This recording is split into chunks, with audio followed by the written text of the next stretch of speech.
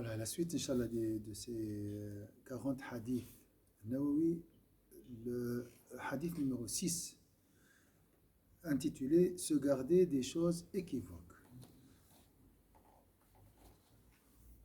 عن سيدنا أبي عبد الله النعمان بن بشير رضي الله عنهما قال سمعت رسول الله صلى الله عليه وسلم يقول إن الحلال بين وإن الحرام بين وبينهما مشتبهات لا يعلمهن كثير من الناس فمن اتقى الشبهات استبرأ لدينه وعرضه ومن وقع في الشبهات وقع في الحرام كالراعي يرعى حول الحمى يوشك أن يرتع فيه ألا وأن لكل ملك حمى ألا وإن حمى الله محارمه ألا وإن في الجسد مضغة إذا صلحت صلح الجسد كله وإذا فسدت فسد الجسد كله ألا وهي القلب. Sayyidina Abdullah ibn al-Nu'man ibn Bashir dit J'ai entendu l'envoyé de Dieu sallallahu alayhi wa sallam dire Le domaine du licite est certes clair et le domaine de l'illicite est certes clair, évident. Entre eux deux se trouvent des choses équivoques que ne distinguent pas beaucoup de personnes. Celui qui s'abstient des choses équivoques préservera alors sa foi et son honneur. Et celui qui succombe tombera dans le domaine de l'illicite. Tel le berger qui fera paître son troupeau autour d'un enclos privé, risque de le faire paître dedans. Sachez que tout propriétaire a un enclos privé et que l'enclos de Dieu est constitué par ses interdits. En vérité, ça, subhanallah, une deuxième partie de hadith, comme s'il n'est pas lié, mais en réalité il est lié à la première partie. En vérité, il existe dans le corps un morceau de chair, mudra, par lequel, de sa bonne santé, le corps en entier sera sain, et de sa corruption, le corps en entier sera corrompu. Sachez que ce morceau de chair est le cœur. Voilà. Les commentaires, tout d'abord les mots. On commence par les mots. Le mot istabra'a, littéralement demander l'innocence dans le sens de sauver et préserver son honneur. Donc s'abstenir. Celui qui s'abstient des honneurs et des choses équivoques préservera alors sa foi et son honneur. Mohamed, tu peux prendre une photo et mettre sur le groupe s'il te plaît. Comme ça tu peux suivre aussi avec nous. Alors c'est ça. Alors c'est celui aussi.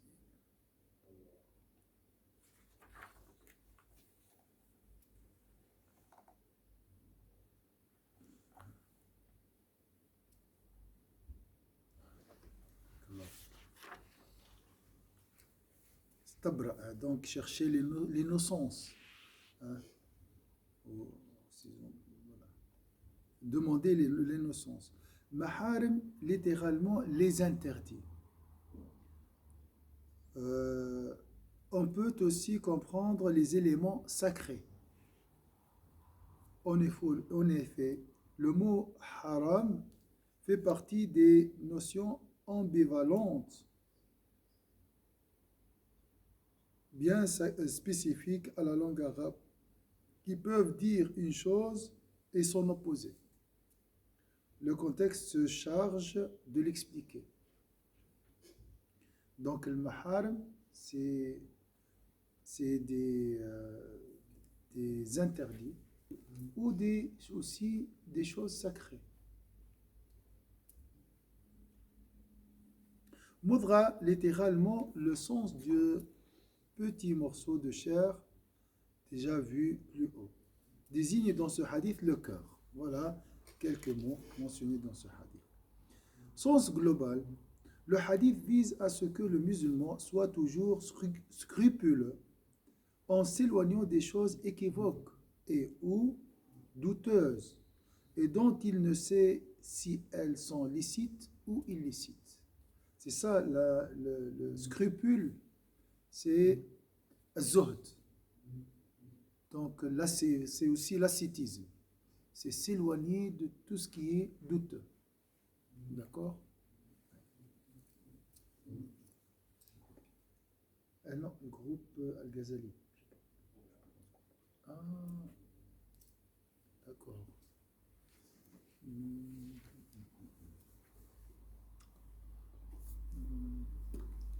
Alors, après, je vais t'intégrer, comme ça, tu peux, si tu veux, le mettre. Alors, le hadith vise à ce que le musulman soit toujours scrupuleux en s'éloignant des choses équivoques et ou douteuses et dont il ne sait si elles sont licites ou illicites.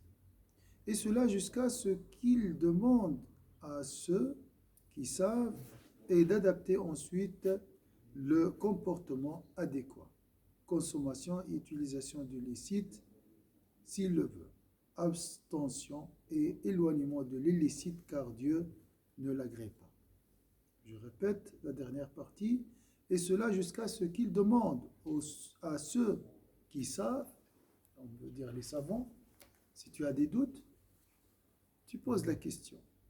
Ce que vous faites, alhamdoulilah, et d'adapter ensuite le comportement adéquat.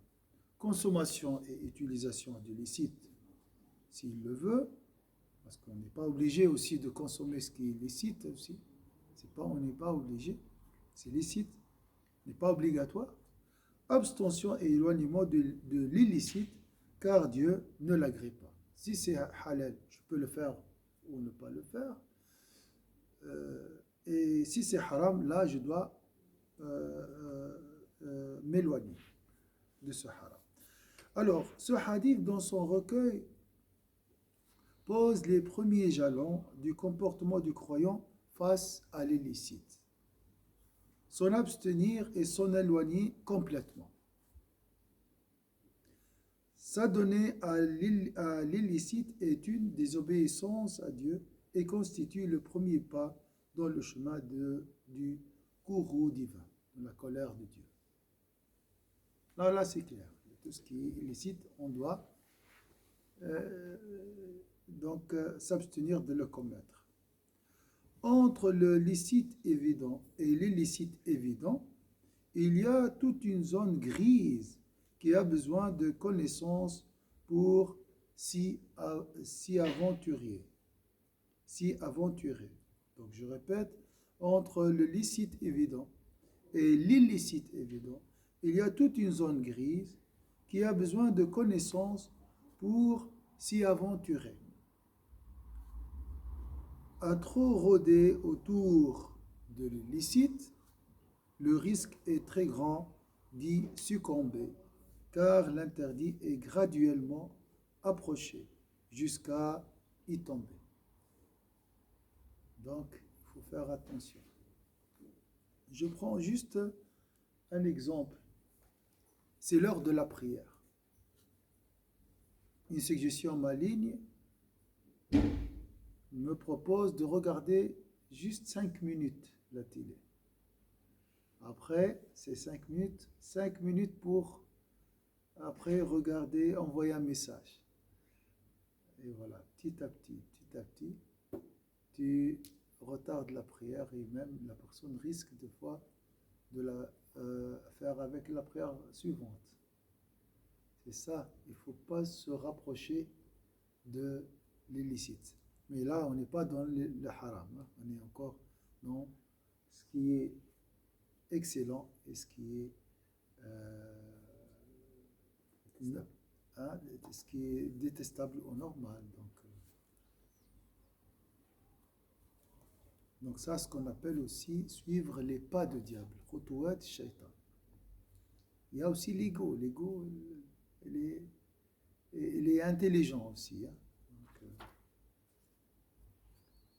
Donc le risque est très, donc je répète là, à trop grand dit, le risque est très grand d'y succomber, car l'interdit est graduellement approché jusqu'à y tomber. Pour cette raison, le croyant se doit de s'éloigner de l'illicite, de ses environs et de ce qui entraîne. Le hadith comme le Coran enjoignent aux croyants de consulter les savants musulmans en cas de non-connaissance d'une chose. Pour ne citer qu'un seul verset coranique, interrogez donc les érudits des Écritures lorsque vous ne savez pas. Je répète le verset, surat les prophètes 21, verset 7, et les abeilles, surat 16, verset 43. Interrogez donc les érudits des Écritures lorsque vous ne savez pas. Puis, nous dit le prophète sallallahu alayhi wa sallam, c'est par la santé du cœur que la santé du corps est assurée, aussi bien physiquement que mentalement. Subhanallah, ça c'est prouvé. Hein? Le sage, si tu es heureux intérieurement, on voit l'effet de cette joie sur ton visage. Et si je suis pas bien à l'intérieur, donc la même chose. Et ça dépend le degré de la joie et le degré de malheur à l'intérieur. Ça peut aller jusqu'à des maladies.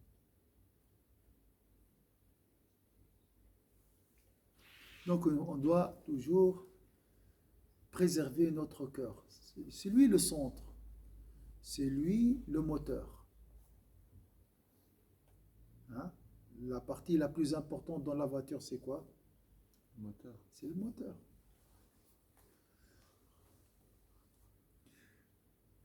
Bien sûr, c'est incomparable, hein? C'est juste pour donner une idée. Le sage de Tirmidhi,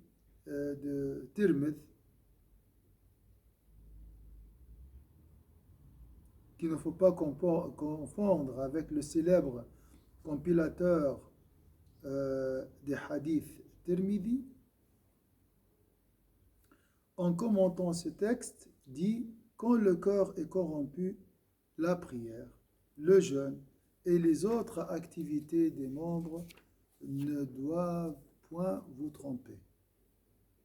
Mais quand le cœur est riche et les membres inactifs, le moindre mouvement du cœur est capable d'enrichir les membres de toutes sortes de bienfaisance. »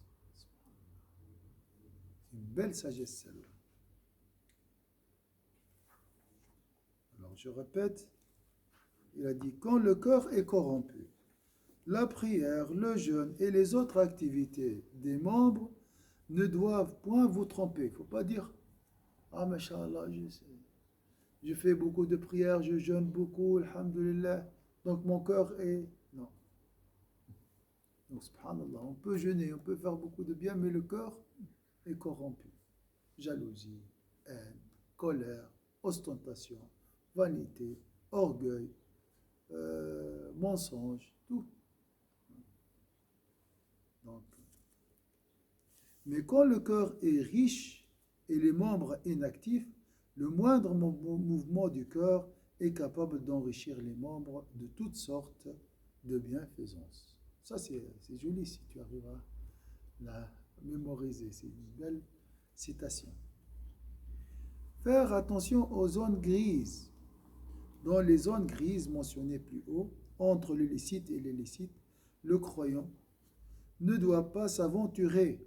C'est bien le mot s'aventurer. Il ne faut pas prendre le risque. Éviter.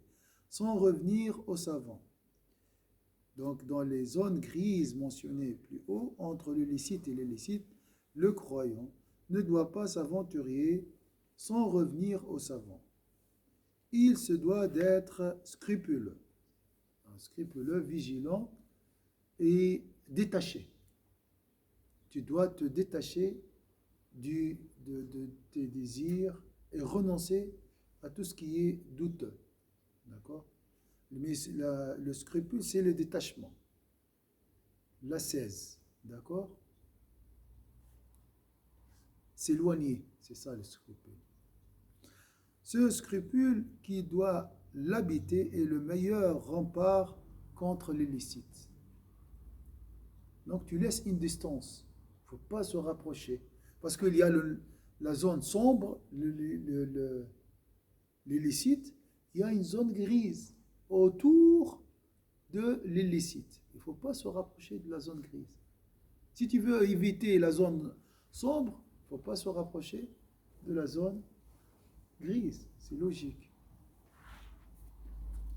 Or, ce dernier, une fois consommé, sera une tache noire dans la relation avec Dieu, ainsi qu'avec ses créatures. Pour cette raison, celui qui s'éloigne de ces zones grises, chose peu évidente quant à leur licéité, donc on n'est pas sûr que c'est, laisse propre sa relation aussi bien avec Dieu qu'avec les humains, comme le note si bien le hadith. Encore que ce dernier utilise un mot bien plus fort, istabra'a, voilà, innocenté. Donc, s'innocenter, il demande l'innocence. Innocenté, c'est-à-dire ne pas risquer d'être accusé par Dieu. D'accord? Il veut l'innocence devant Dieu et devant ses créatures. Et par les hommes dans son honneur de s'être adonné à l'illicite. Il annonce, innocentera ces deux relations. Il innocentera ces deux relations. C'est clair ici. La métaphore utilisée par notre prophète Sayyidina Muhammad sallallahu alayhi wa sallam est très suggestive. Très suggestive.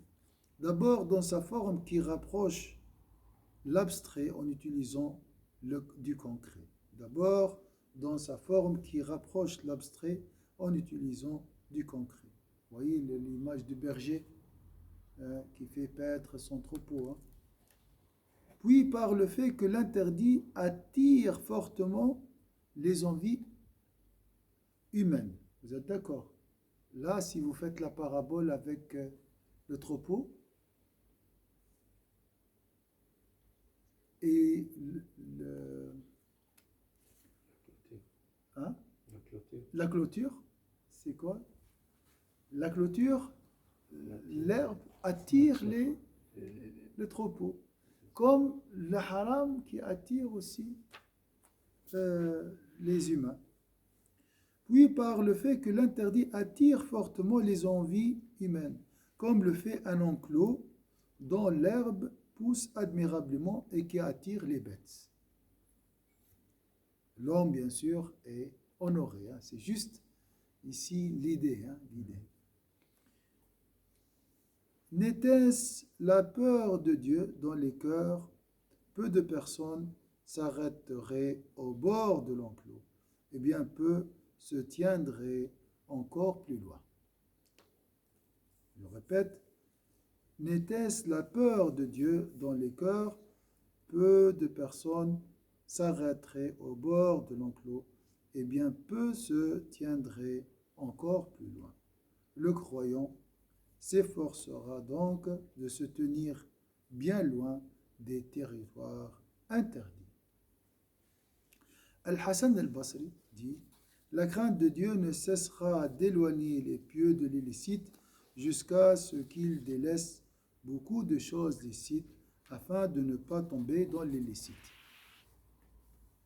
J'ai dit, hein, le licite, tu n'es pas obligé de le faire.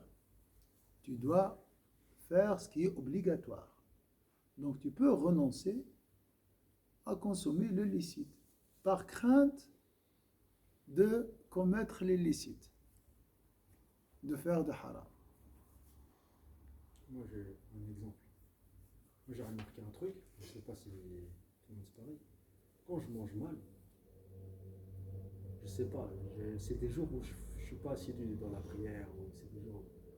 Et il y a des jours où je me dis, bah, aujourd'hui, je ne vais pas manger.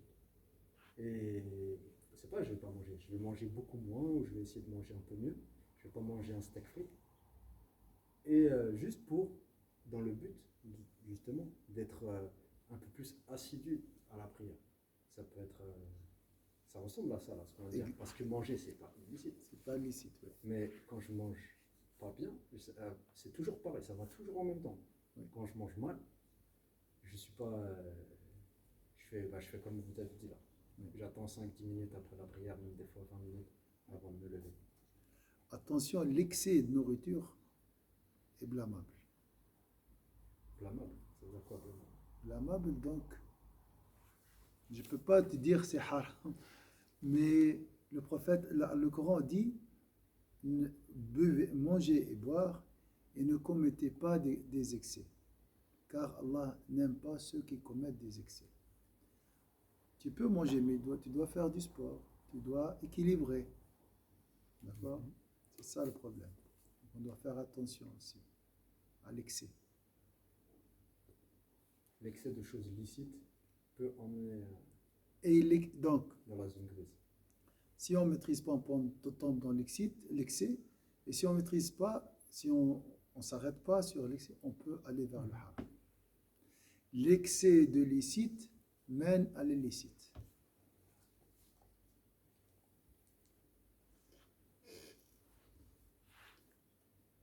Hassan al-Basri dit: la crainte de Dieu ne cessera d'éloigner les pieux de l'illicite. Donc ils ont peur de commettre l'illicite jusqu'à ce qu'ils délaissent beaucoup de choses licites afin de ne pas tomber dans l'illicite. De même, il est rapporté de Abdullah ibn Omar la parole suivante: j'aime toujours laisser entre moi et l'illicite un rideau de choses licites que je ne transgresse point. J'aime toujours laisser entre moi et l'illicite, le haram, un rideau de choses licites que je ne transgresse point. Donc, j'essaie toujours de laisser entre moi et le haram des choses licites, mais ces choses licites-là, je les évite aussi. Ouais. Un rempart, une protection autour de haram. La face et le cœur, même rayonnement. La face et le cœur, même rayonnement. La parole prophétique indique que l'intérieur de l'être humain rayonne obligatoirement et apparaît sur son comportement. Le bien vers le bien, le mal vers le mal. Il y a une concordance inévitable entre l'intérieur et l'extérieur de l'être humain. Ça, c'est ton cœur. C'est très difficile de cacher. Il y a des gens qui arrivent, mais on comprend. Ça, c'est la face de ton cœur. On voit tout ici. D'accord? Tu vois quelqu'un, tu dis, il est triste. Il a un problème. Il est anxieux. Tu vois? Il est heureux. Il est joyeux. Ah, sûrement, il a reçu une bonne nouvelle. Donc, tout ça est exprimé par les traits de visage.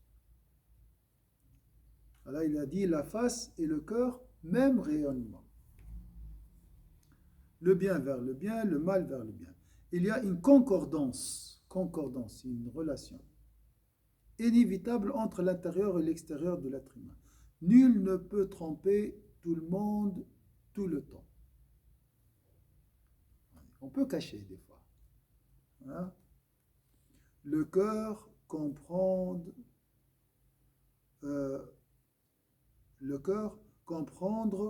la plus profonde intimité de l'être humain, appelée aussi sarira, déteint sur les aspects extérieurs. Alors, le cœur comprendre la plus profonde intimité de l'être humain, appelée aussi sarira. Sarira, ça vient du mot secret. Déteint sur les aspects extérieurs. C'est ce cœur saint qui est cité par le verset suivant.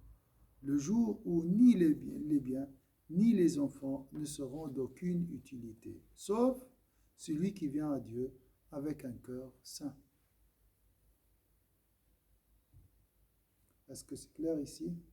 C'est ce cœur saint qui est cité par le verset le jour où ni les biens ni les enfants ne seront d'aucune utilité, sauf celui qui vient à Dieu avec un cœur saint. Donc les choses qui peuvent détourner notre cœur de la sainteté, c'est quoi? C'est l'excès d'attachement aux biens, l'excès d'attachement aux enfants, l'excès d'attachement à la vie mondaine. C'est ça. Le jour où ni les biens qui vous a accablé dans la vie et ni les enfants ne seront d'aucune. Attention, tu travailles, c'est une adoration. L'argent est un bienfait d'Allah Azza wa Jal. Mais toujours l'excès d'attachement à l'argent, c'est le problème. Les enfants, c'est un bienfait d'Allah Azza wa Jal. Il faut dire Alhamdulillah, tu as des enfants. Alhamdulillah, j'ai un salaire. Mais il ne faut pas trop être attaché à ces choses. Ni les biens ne seront d'aucune utilité, sauf celui qui vient à Dieu avec un cœur saint. Alors, pour se détacher de la matérialité de la vie d'ici-bas, il faut la lier à Allah Azza wa Jal. Il faut que chaque action soit liée à Allah. Le travail, c'est pour Allah, pour avoir, Inch'Allah, l'argent, acheter à manger, nourrir ma famille, éduquer mes enfants, avec cette intention, afin qu'ils réussissent dans la vie d'ici-bas et dans la vie de l'au-delà. D'accord? Parce que la réussite dans la vie d'ici-bas est un moyen qui nous aide à adorer Allah confortablement. D'accord? Ça nous aide à avoir un salaire, avoir une bonne santé, avoir la sécurité. Alhamdulillah, tout ça, c'est des biens. Donc, le centre de notre vie, c'est l'adoration de Dieu. Et le reste, c'est des moyens. Avec cette intention, Inch'Allah, lorsque tu travailles, ces 8 heures, Inch'Allah, seront considérées comme une prière, comme une adoration d'Allah. Même le rapport intime, avec cette intention hein, de choisir le chemin halal d'Allah Azzawajal, sera considéré comme aumône. Imaginez. Même cette goutte-là de sperme sera considérée par chaque une aumône. Subhanallah. Juste la question d'intention. Vous voyez, il ne faut pas oublier ça. D'accord? Bien sûr, il y a après des moyens. Je travaille, je démarre la voiture pour travailler et je travaille pour adorer Dieu. Tu vois? Je mets mes habits de travail pour travailler et je travaille pour.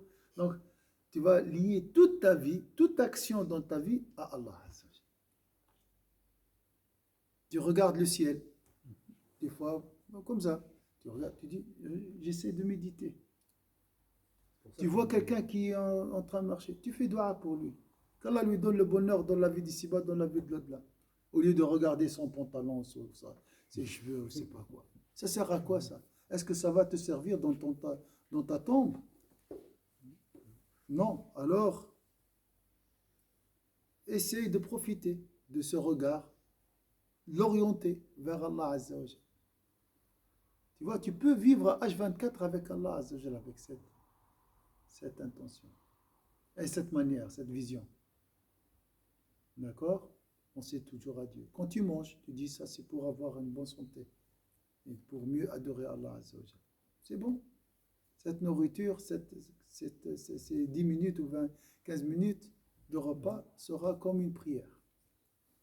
Comme si tu es en train d'adorer Allah Azza wa Jal. Et c'est pour ça qu'on dit toujours Bismillah quand on sort de la maison, quand on va manger aussi. Voilà, ça aussi, ça aide beaucoup.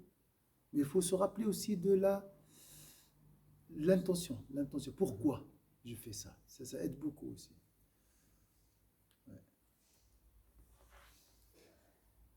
Parce que l'objectif de la prière, c'est quoi? C'est accomplir la prière pour se rappeler d'Allah, pour se souvenir de Dieu. Aqim as-salata li dhikri. Pour se souvenir de moi, il a dit à Sayyidina Moïse. La paix d'Allah. Donc la même chose. Si tu relis toute ta vie mondaine, matérielle à Allah, tu es en prière. Tu es en état de prière. J'avais entendu sur que prendre des temps pour méditer sur la création d'Allah, c'était peut-être meilleur qu'une prière Surrogatoire. surrogatoire. Donc, C'est possible, ouais. oui. C'est possible, oui. C'est juste, C'est important de. c'est très important. Oui. La prière aussi, c'est pour se laver de ses péchés, non aussi. Oui, elle est. Il me semblait que j'avais lu que justement, je sais plus, que par exemple, si on prenait un bain 5 fois par jour, est-ce Oui. qu'on serait sale? Oui. Il disait la prière, c'était la même chose, justement. Exactement, c'est une purification, c'est juste. Non, la meilleure chose, c'est la prière obligatoire. C'est la meilleure adoration. Alors, et la bonne santé du cœur est liée au licite, au refus de l'illicite et au fait de se tenir loin des positions équivoques et douteuses. Si tu veux la bonne santé du cœur, il faut s'éloigner de l'illicite. L'illicite, c'est des virus du cœur, c'est des bactéries, c'est des tâches des tâches sombres qui peuvent assombrir ton cœur et l'entacher. Le cœur, tout d'abord, tombe malade, ensuite risque de mourir. Heureusement, nous avons la prière pour le nettoyer. Heureusement. On a 5 prières, 5 ablutions du cœur.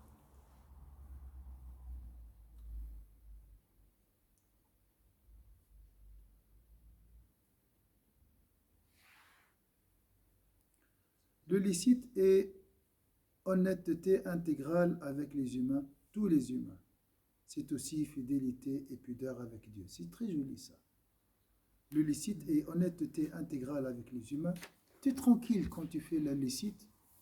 Tu as le cœur tranquille. D'accord? Avec Allah et avec les humains. C'est aussi fidélité et pudeur avec Dieu. C'est très joli. Être resté dans le cadre du licite est fondamental pour le croyant. Cela résulte de le... Subhanallah, quand tu passes toute la journée, tu as essayé d'éviter le haram, tu es dans le cadre de licite, à la fin de la journée, tu te dis hein? Tu as la conscience tranquille. D'accord? Et si la personne fait un péché, voilà, il regrette, pourquoi j'ai fait ça? Allahu a'lam.